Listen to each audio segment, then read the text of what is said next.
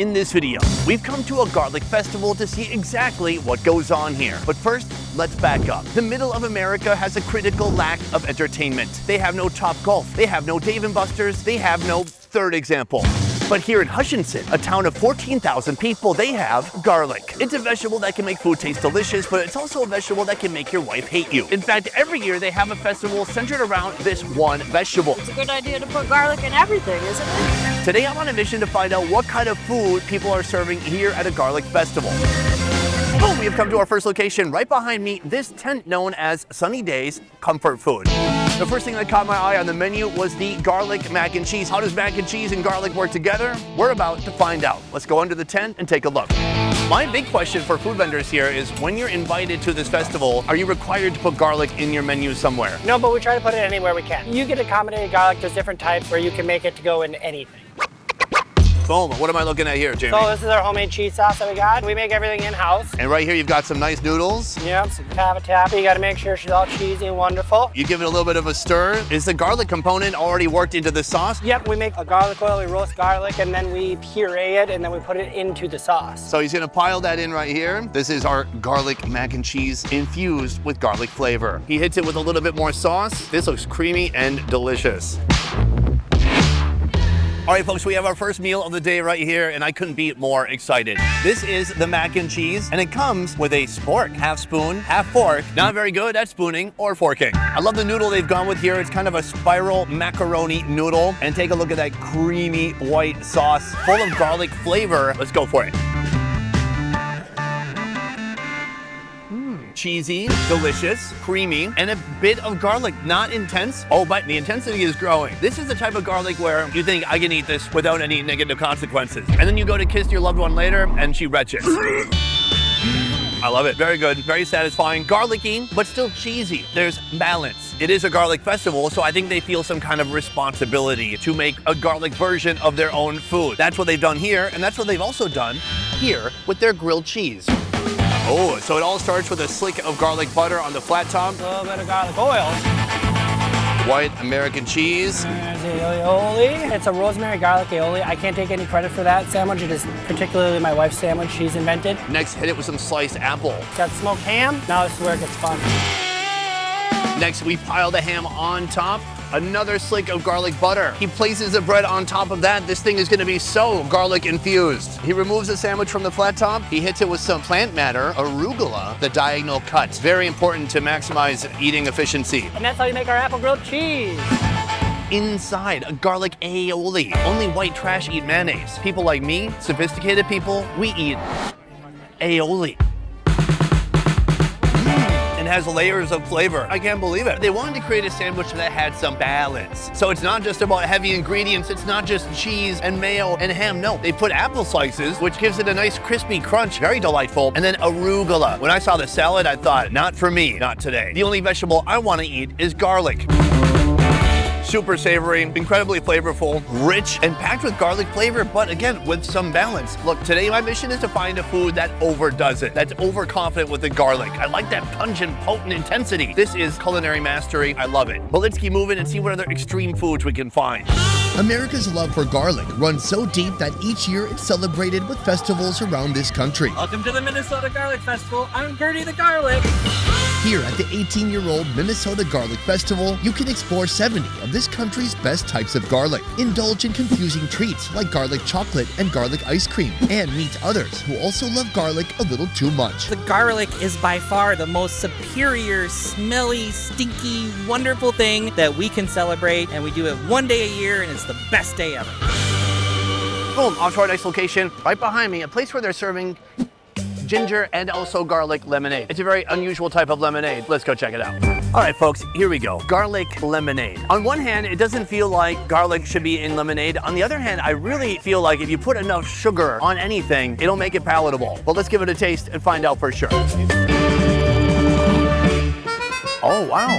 There is a hint of garlic. It's very sweet, super sugary. It's like the ginger and garlic, they're best friends holding hands, running down a meadow. They're working together to make something special here. What's weird is it tastes like raw garlic, where it's got some spice to it.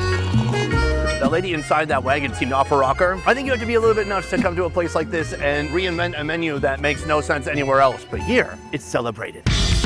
Behind me, our next stop, a food truck known as Minnesota Nice Cream. They are serving a garlic ice cream. It's called the Hail Garlic Sundae. I love the creativity. I love the huevos to do what they're doing.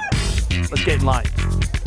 So you tried the other ice cream. Is that also a garlic ice cream? Yes, but it wasn't garlicky enough. I feel like some people, they're kind of pulling the punches with the garlic. I want like full garlic. I do too. And presentation here, when I see people carrying it around, that's what I want to eat. It's gonna be some time though. We are in a long line here. I would like your most garlicky ice cream available. A dish or cone? Dish, please. And edible glitter? Edible glitter? Yeah. Okay, we're doing a live tasting here with Fran. I'm waiting on my order right now. This is the bourbon caramel. Bourbon caramel with the garlic ice cream. Oh, that is good. Yeah, it is good. Oh, that is just what I wanted it to taste like. I can taste the garlic right away. And it doesn't bite. Like sometimes garlic is sharp. It's excellent. Oh, you're a good food reviewer. All right, thank you very much. Take care. Fran has a pumpkin patch. I want to go there, but it's just whole pumpkins. What am I going to do? All right, here it is. This is the sundae we've been waiting for. This is basically their signature item. We have potato chips. We have a garlic caramel and then some Butterfinger bits. Oh, look at that. Just pure garlic ice cream flavor. Nervous. Let's go for it. Oh. You know, garlic is kind of this bipolar ingredient. How it tastes before it's cooked and after it's cooked is completely different. And so this, I'm tasting some of that raw garlic potent sharpness that she was talking about. That's good. There's waves of garlic, but it's not too intense. Right here we have a fragile potato chip. It is topped with that Butterfinger and then loads of glitter too. The garlic helps the caramel taste even more caramely. This is pretty wild, especially for a place like Minnesota. When I grew up here, you couldn't even buy alcohol on a Sunday. Now we're doing this? Hi, what is the most garlicky thing you have? It's this that goes on the pasty. What is a pasty? A pasty is in a flaky crust with beef, pork, potatoes, carrots, rutabaga. So this is our pasty right here. She takes the roasted garlic butter. I mean, that thing is absolutely saturated, and that goes on top, and this is looking very delightful. Is it done? It's done. It's done. Everything happened. Pasty. It is a traditional British pastry, particularly associated with Cornwall in England. When I look at this empty plate with just a lone, cold-looking pasty on top, I think, British food. Oh my God, I can feel the pastry is soft, flaky. You can see bits of potato, carrot, beef, everything snugly pushed inside. It looks delicious. It's very British. The main seasoning is pepper, but of course you've got that garlic butter. It's rich, it's garlicky, it's got a potent flavor to it. It's full of fluffy potato, carrot, beef. I'm pretty impressed. I didn't know if there was gonna be any ethnic diversity here, but it turns out, yes, British food. We've come to Gentleman Forager. This is a very exciting location because here, not only do they have garlic-infused meats, but they're exotic meats, including a little bit of camel, something you don't usually find here in Minnesota. This is the owner, Mike. Gentleman Forager, our brand, tries to come up with some really unique and original things that maybe not everybody's doing. Let's take a look down here. You can see the kebab here. This is the camel meat. So right now he's applying that garlic-infused marinade. There was a giant pan of garlic that went in to make that. Where do you source camel from to get it here in Minnesota? We feel really awesome about it because they're an invasive species in Australia. So they round them up by helicopter and put them down, and they're shipped over here to the U.S. None of this seems true. Totally true. We had to figure out a way we could feel good about eating camels, right? Yeah, they're like giant cockroaches. And then right here we have some rabbit going on. Hit it with a little bit of sauce, and that is ready to go. That is the tenderloin, and you know, there's a long tenderloin on a camel. You gotta think the tenderloin is what follows the spine, but isn't the camel spine like, take a detour, go up here, sometimes it goes up twice? That's a lot of tenderloin.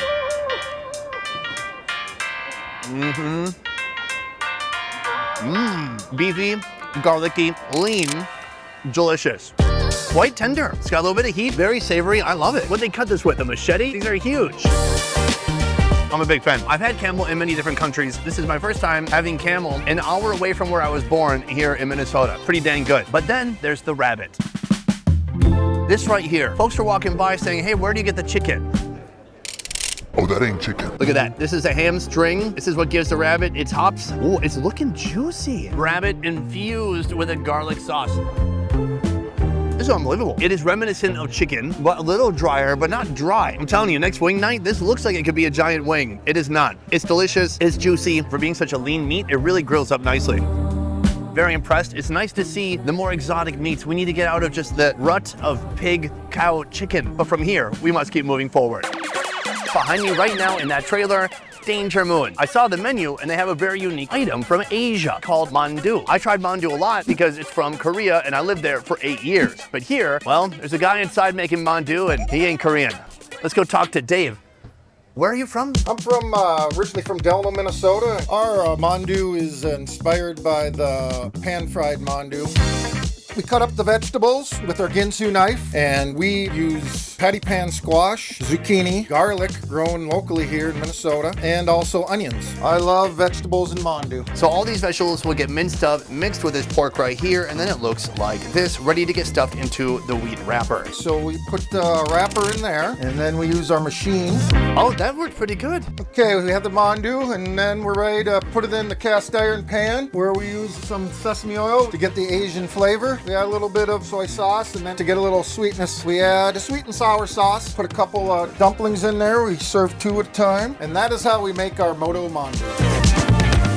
This is a fascinating origin story for a food. His wife, she went to Jeju, the Hawaii of Korea, to teach English. He went there too, and he fell in love with this. When I saw his hat and the way he was dressed, when he said the word mandu, it did not compute. I was like, you know mandu? How?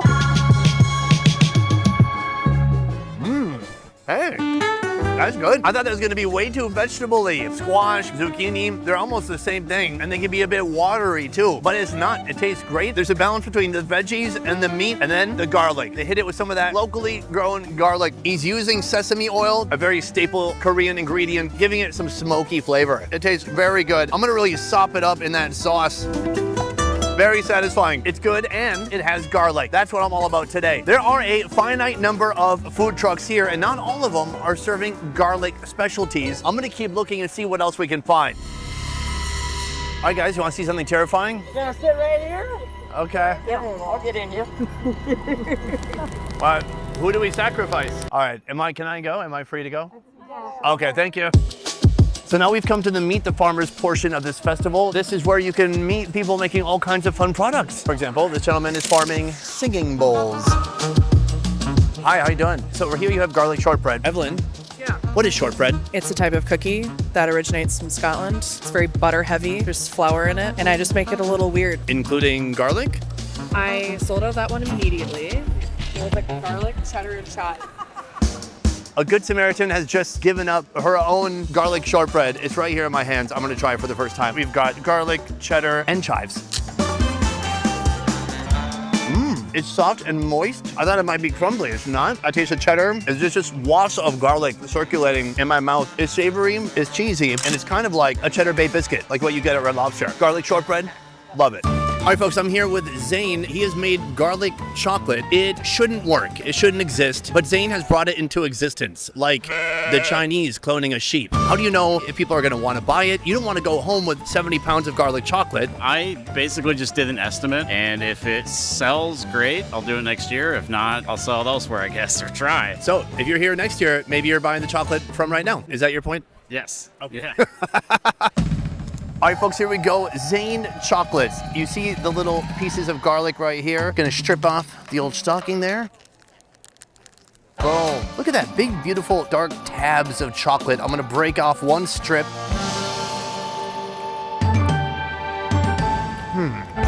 Smooth, melty, rich, bitter, dark chocolate. It's interesting, it's just a hint of garlic. Oddly enough, the garlic adds another layer onto the cocoa and the buttery goodness of that dark chocolate. It's a chocolate that may divide the room, but I gotta say, I'm glad I've tried it. I'm a better person for having put that in my mouth. And there's not many things I can say that about.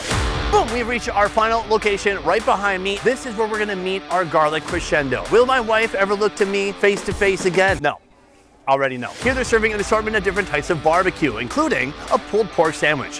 F5, what does this stand for? Well, we're a family of 5, and F5 is the largest tornado. Oh, I like that. We start with our garlic butter to toast the bun on a pulled pork. Do you always have garlic butter or just for this event? We always have garlic butter, yep. Get that toasted off and looking pretty. Boom, and those buns are toasted. Once the buns are toasted, we head over here. Got our pulled pork, slow roasted. Give you a good scoop on there. We have our variety of sauces outside. So Derek is bringing me outside to the sauce station over here. So we have our original barbecue sauce, a garlic, a honey, and a spicy. I gotta go today with the garlic. Go for it. You say when. When? That's it. Here's our pulled pork sandwich topped with our famous garlic barbecue sauce. All right, folks, this is our final garlic infused meal of the day. This thing has a beastly amount of pulled pork on top. We have one garlic element that is gonna bring this thing to garlic level 11. That is this right here. This is freeze-dried garlic chips. More on that later. I'm gonna put the top bun on. They are not shy at all with the meat.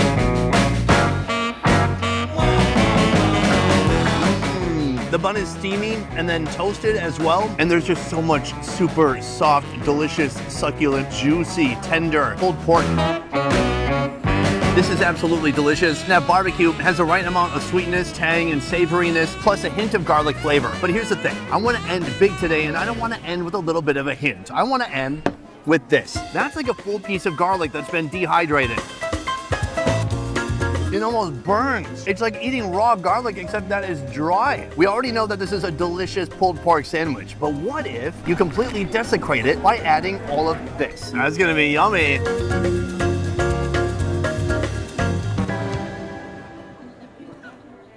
Oh yeah, this is what I was looking for. It's so garlicky, I want to die. There's an intensity in my mouth that's hard to describe. It's just pure garlic crunch mixed with delicious pulled pork. It's so sharp, it's so intense, it's almost spicy. It's burning me like horseradish, but at the same time, it's addictive. I did not come here to try food that vaguely tastes like garlic. I came here to get punched in the face by garlic. That said, this is our final garlic experience of the day, but I need to tell you which one was my absolute favorite. Today we went to the Garlic Festival here in Minnesota. So which food from today was my absolute favorite? Though it is challenging to pick just one, I have to say that my absolute favorite garlic-related food from today was the grilled cheese in the beginning of the day. Maybe it was because of that perfectly roasted bread. They used garlic butter. Then they had aioli and they had cheese. Everything about it was beautiful. On the whole, I love that stuff like this exists. My only feedback is that next year I would like to see even more garlic food. We want something that's gonna knock us out. So I hope you enjoyed this splendid day here in Hutchinson, Minnesota at the Garlic Festival. Otherwise, that is it for this one. Thank you so much for watching. I will see you next time.